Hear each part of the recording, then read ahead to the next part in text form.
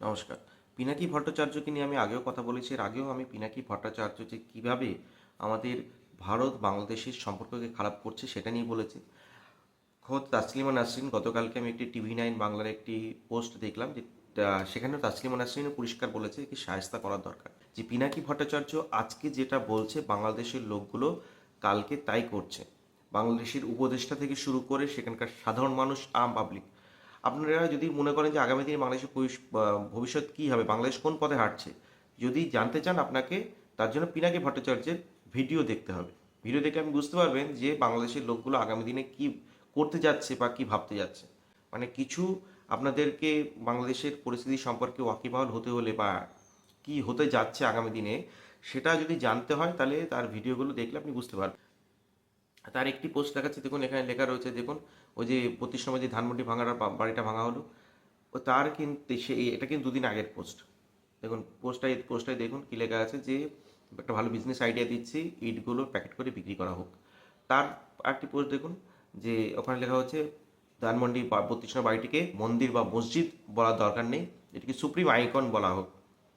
এবং আপাতত আমরা ধ্বংস কার্য থেকে বিরত থাকব, কারণ প্রধান উপদেষ্টা আমাদেরকে ভাঙাভাঙির কাছ থেকে বিরত থাকতে বলেছেন। কথা বুঝতে পেরেছেন কি বলছি?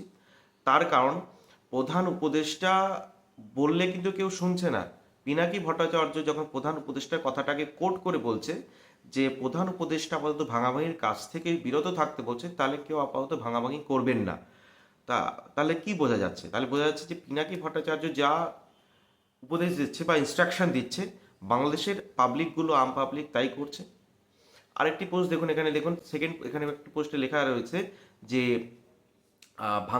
ভারত বাংলাদেশ বর্ডারে লং মার্চের কর্মসূচি আপাতত বাতিল করা হচ্ছে, কিন্তু এটা আমাদের দীর্ঘদিনের কর্মসূচি, আমরা এটা আবার করব পরে।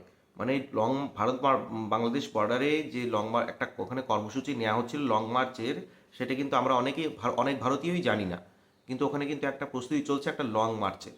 মানে ওখানে বিভিন্ন শহর থেকে বাস ভর্তি করে করে মানুষকে পাঠানো হবে ওখানে লং মার্চ করার জন্য। মানে ওখানে মানুষকে ওখানে লেলিয়ে দেওয়া হবে, সাধারণ পাবলিককে। বুঝা যাচ্ছে? এই পোস্টটা দেখুন, একদিন আগের পোস্ট। এই পোস্টটাতে পিনাকি ভট্টাচার্য কি লিখেছে যে ফরাসি বিপ্লবের সময় 1799 সালে ফরাসি বিপ্লবের পর ফ্রান্সের রাজনৈতিক পরিস্থিতি ঠিক হতে, অস্থিরতা ঠিক হতে 1 দশকের বেশি সময় লেগেছিল। তার মানে কি বোঝাতে চাইছে? তার মানে বোঝাতে চাইছে যে বাংলাদেশে যে বর্তমান যে অরাজকতা, ওই নৈরাজ্যের একটা পরিস্থিতি, সেটা ঠিক হতে ওরকমই একটা টাইম লাগবে। মানে সেখানকার মানুষ বলতে গেলে বাংলাদেশের মানুষকে উজ্জীবিত করার একটি প্রচেষ্টা এরকমভাবে কিন্তু পিনাকি ভট্টাচার্য উজ্জীবিত করছে। তো বুঝতে পারছেন, ভাবুন একবার। তো কীভাবে মানুষকে উস্কানির কাজটা করছে পিনাকি ভট্টাচার্য।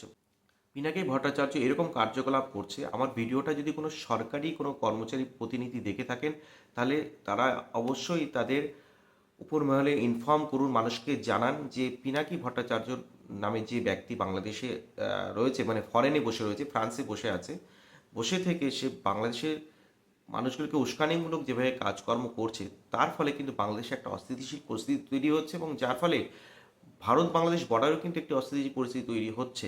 একে ইমিডিয়েট এর বিরোধী ব্যবস্থা নেওয়া দরকার।